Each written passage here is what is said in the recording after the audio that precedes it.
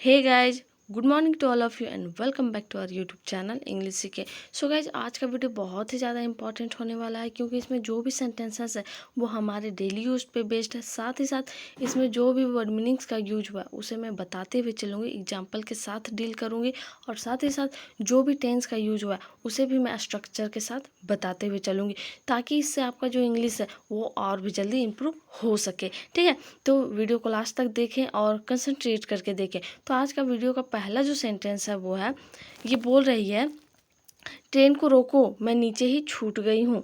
Train को रोको मैं नीचे ही छूट गई हूँ। Stop the train I am down. Stop the train I am down, यानी कि मैं नीचे हूँ या फिर मैं नीचे ही छूट गई हूँ। Stop the train I am down. Next है, अब अकेले मैं वापस अपने घर कैसे जा पाऊंगी। ये सोचती है और कहती है, अब अकेले मैं वापस अपने घर कैसे जा पाऊंगी।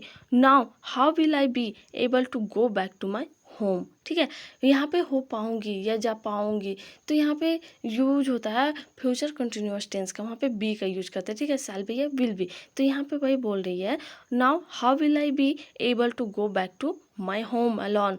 तो यहाँ पे बी यूज किया गया है आई के बाद, यानी कि सब्जेक्ट के बाद, और विल पहले यूज किया। क्यों? क्योंकि इसमें जो क्वेश्चन जब हम किसी से पूछते हैं, जैसे कि यहाँ पे हाउ का यूज किया गया है। ठीक है, हाउ, उसके बाद यहाँ पे हम लोग हेल्पिंग वर्ब का यूज करेंगे, उसके बाद यहाँ पे हम लोग सब्जेक्ट का यूज करेंगे, उसके बाद बी, फिर भी वन ही यूज होगा हमेशा। ठीक है, उसके बाद ऑब्जेक्ट।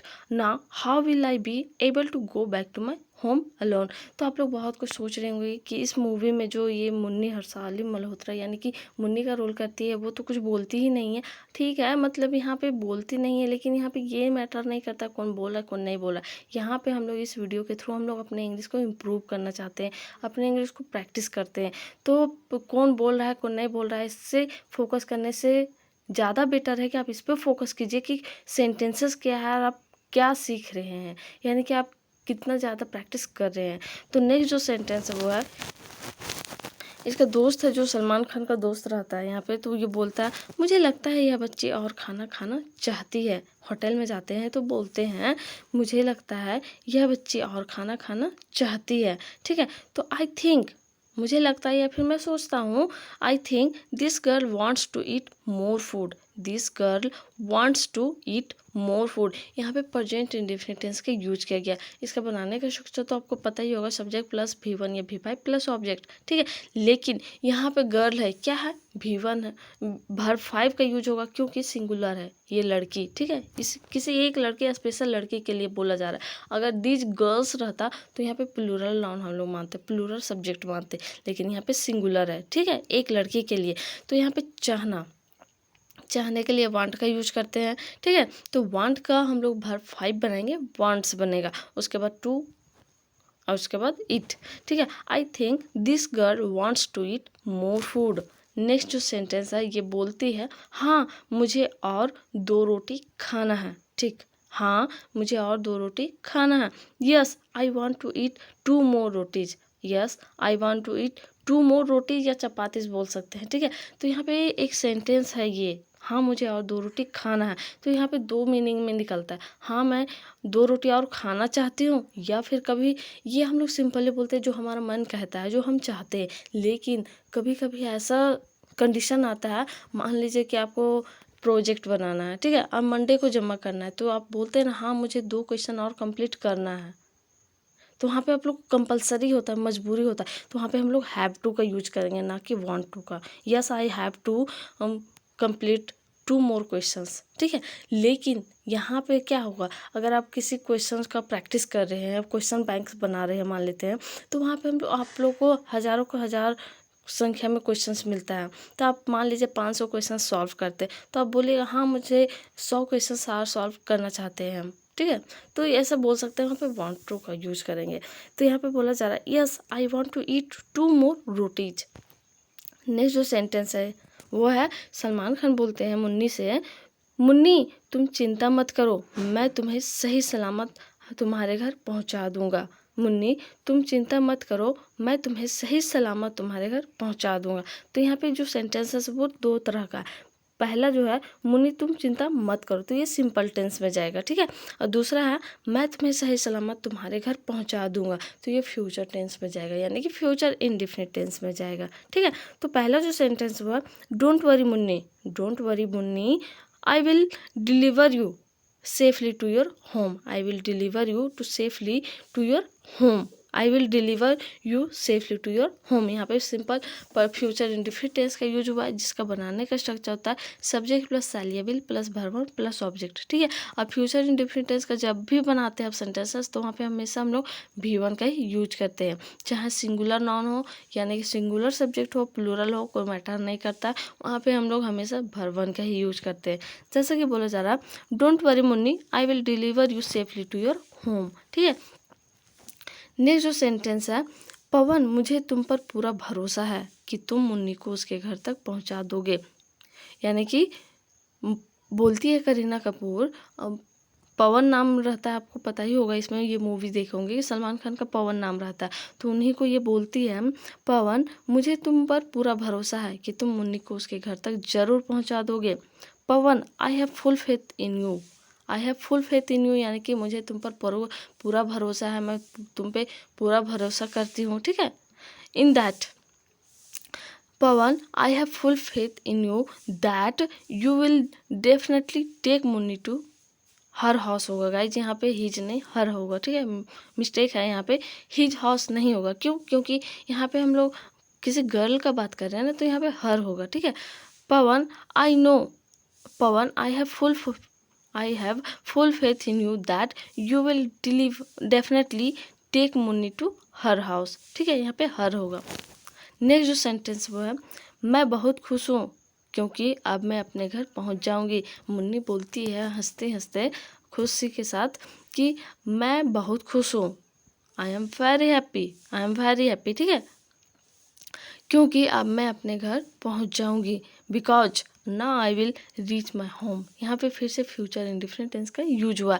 अब पहला जो सेंटेंस है मैं बहुत खुश हूँ, तो ये रिप्रेजेंट करता है आदमी को कि यानी कि किसी भी सब्जेक्ट को रिप्रेजेंट करता है कि किस सिचुएशन में है, जैसे कि ये अभी खुश है या फिर कभी गुस्सा है, I am angry, I am hungry, ठीक है।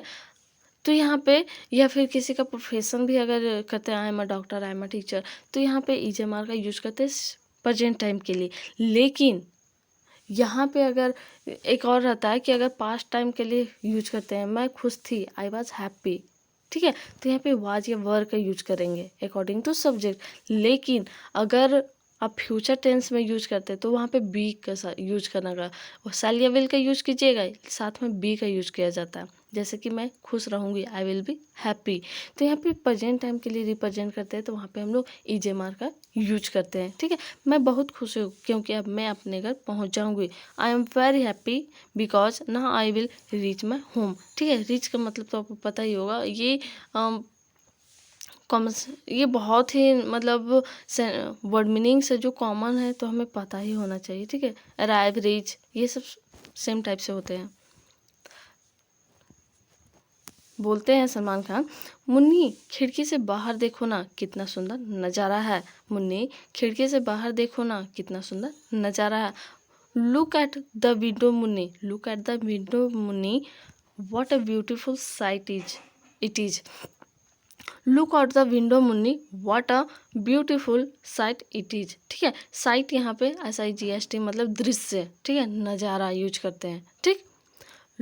Look out the window Munni, what a beautiful it is, ठीक है। नेक्स्ट जो सेंटेंस हुआ मैं अपने जीवन में पहली बार ऐसा सुंदर नज़ारा देख रही हूँ। ये मुन्नी बोलती है मैं अपने जीवन में पहली बार ऐसा सुंदर नज़ारा देख रही हूँ, यानी कि यहाँ पे क्या जाएगा, प्रेजेंट कॉन्टिन्यूअस टेंस का यूज किया गया, यानी कि जिस सेंटेंस क्लास में रह रहे हैं होता है, तो वहाँ पर हम लोग प्रेजेंट कॉन्टिन्यूअस टेंस का यूज करते हैं, यानी कि उसका जो बनाने का स्ट्रक्चर होता है सब्जेक्ट प्लस इज, एम या are plus verb four plus object, ठीक है। हमेशा हम लोग वर्ब फोर का ही यूज करते हैं जब भी प्रेजेंट कॉन्टिन्यूअस टेंस का यूज करते हैं। तो अकॉर्डिंग टू सब्जेक्ट हम लोग यूज करते हैं इज एम आर का। यहाँ पे आई क्या है, सिंगुलर है, उसके लिए एम का यूज करते हैं, तो यहाँ पे हुआ I am seeing such a beautiful sight for the first time in my life, I am seeing such a beautiful sight for the first time in my life, ठीक है। मैं अपने जीवन में पहली बार ऐसा सुंदर नज़ारा देख रही हूँ। तो गाइस जब भी मैं बोलती हूँ, रिपीट करती हूँ सेंटेंसेस को, तो आप मेरे पीछे पीछे आप भी रिपीट कीजिए, और मौका मिले तो आप कॉपी में भी नोट डाउन कीजिए, जिससे आपको जल्द से जल्द प्रैक्टिस होगा और अपने इंग्लिश को आप जल्द से जल्द बेहतरीन कर सकते हैं, यानी कि इम्प्रूव कर सकते हैं। तो नेक्स्ट जो सेंटेंस है वो है, वह सामने वाला घर मेरा है। मुन्नी बोलती है, वह सामने वाला घर मेरा है। That front house is mine. That front house is mine. आप लोग देखे होंगे कि ये घर पहुंच जाती है, ठीक है। तो ये बोलती है, वह सामने वाला घर मेरा है। That front house is mine, ठीक है। ये बोलती है, मुन्नी की माँ है, मिल गई, बोलती है, शुक्रिया भगवान, शुक्रिया भगवान, आखिरकार मेरी बच्ची वापस घर आ गई। थैंक गॉड, थैंक गॉड, ठीक है। Finally my baby girl is back home. बोलती है, thank God finally my baby girl is back home, ठीक है। सो गाइज आज का सेंटेंसेस यहीं तक था, लेकिन आई होप आप प्रैक्टिस कीजिएगा, और जो पहले का सेंटेंसेस था उसे मैं बताती हूँ। तो पहला जो सेंटेंस मैं दी थी प्रैक्टिस के लिए वो था, मेरे साथ बहस करने की कोशिश बिल्कुल भी मत करो। Don't try to argue with me at all. दूसरा था, मुझे भी कोई शौक नहीं है तुम्हारे साथ बहस करने का। I also have no interest in arguing with you. तीसरा है, तुम्हें देखकर ऐसा लगता है कि तुम बहुत बड़े लड़ाकू हो। Looking at you it seems that you are a great fighter, ठीक है। सो गाइज फाइटर यहाँ पे बहुत तरह से लड़ाकू के लिए यूज होगा। कोई रेसलिंग में लड़ाई करता है, कोई हमारे आसपास जो थोड़ी से थोड़ी बात में बोलता पूरा झगड़ा करने लगता है वो। तो यहाँ पे अलग अलग टाइप से यूज होगा, ठीक है। तो आज का जो प्रैक्टिस के लिए 3 सेंटेंसेस है वो है, मैंने यह तय किया है कि मैं तुम सबसे अलग रहकर पढ़ाई करूँगी। दूसरा, यह बचपन की बात है जब हम छोटे बच्चों को तंग किया करते थे। तीसरा, तुम सब मेरे भरोसे के लायक नहीं हो, ठीक है।